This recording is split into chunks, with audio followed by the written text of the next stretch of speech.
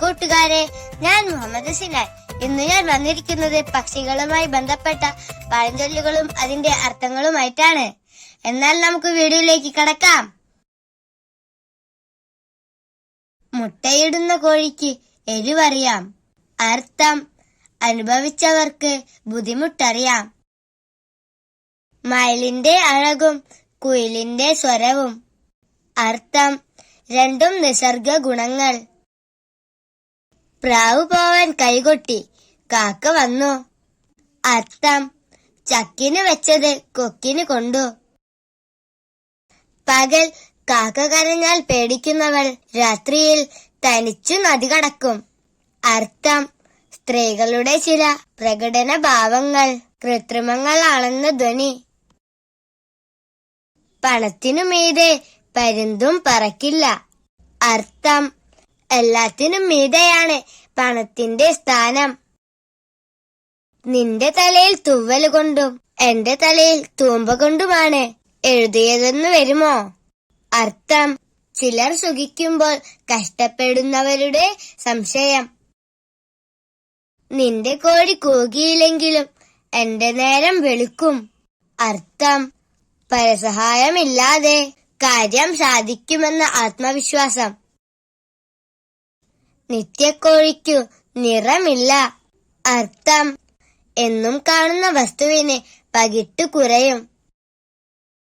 നത്തലച്ചാൽ ചത്തലയ്ക്കും. അർത്ഥം: നത്തിന്റെ കരച്ചിൽ മരണസൂചകമാണ്. തവിടിനെ കരുതിപ്പോകെ അരി കാക്ക കൊണ്ടുപോയി. അർത്ഥം: അത്യാഗ്രഹം മൂലം നഷ്ടം. തത്തമ്മേ, പൂച്ച പൂച്ച. അർത്ഥം: പൂച്ച വരുന്നെന്നു പറഞ്ഞ് തത്തയെ പേടിപ്പിക്കുക. കാക്കയ്ക്കും തൻകുഞ്ഞ് പെൺകുഞ്ഞ്. അർത്ഥം: സ്വന്തമായിട്ടുള്ളതിനോട് ആർക്കും പ്രത്യേക ഇഷ്ടമുണ്ടാവും. കാക്ക കുളിച്ചാൽ കൊക്കാകുമോ? അർത്ഥം: ഒരാൾ എത്ര ശ്രമിച്ചാലും മറ്റൊരാൾ ആവില്ല. ഒരു വെടിക്ക് രണ്ടു പക്ഷി. അർത്ഥം: ഒരു പ്രവൃത്തി കൊണ്ട് രണ്ടു കാര്യം സാധിക്കുക. ആലുംകായ് പഴുത്തപ്പോൾ കാക്കയ്ക്ക് വായ്പുണ്ണ്. അർത്ഥം: ആഗ്രഹിച്ചത് ലഭിച്ചപ്പോൾ ആസ്വദിക്കാൻ വയ്യാത്ത അവസ്ഥ. അധികം കൂകുന്ന കോഴി അല്പമേ മുട്ടയിടൂ. അർത്ഥം: വാചാലന്മാർക്കു പ്രവൃത്തി സാമർഥ്യം കുറയും. അരിയെറിഞ്ഞാൽ 1000 കാക്ക.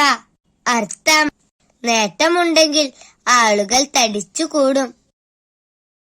കൊതിയുള്ള കാക്ക കുഴിയിൽ വീഴും. അർത്ഥം: അമിതമായ ആഗ്രഹം ആപത്ത്. അന്നം കൊടുത്ത കാക്ക കണ്ണ് കൊത്തി. അർത്ഥം: സഹായം ചെയ്തവനോട് തന്നെ ദ്രോഹം ചെയ്തു. എന്റെ വീഡിയോ നിങ്ങൾക്ക് ഇഷ്ടമാവുകയാണെങ്കിൽ ലൈക്ക് ചെയ്യാനും സബ്സ്ക്രൈബ് ചെയ്യാനും ഷെയർ ചെയ്യാനും മറക്കല്ലേ. എന്നാൽ അടുത്തൊരു വീഡിയോയുമായി നമുക്ക് വീണ്ടും കാണാം. അതുവരേക്കും ബൈ.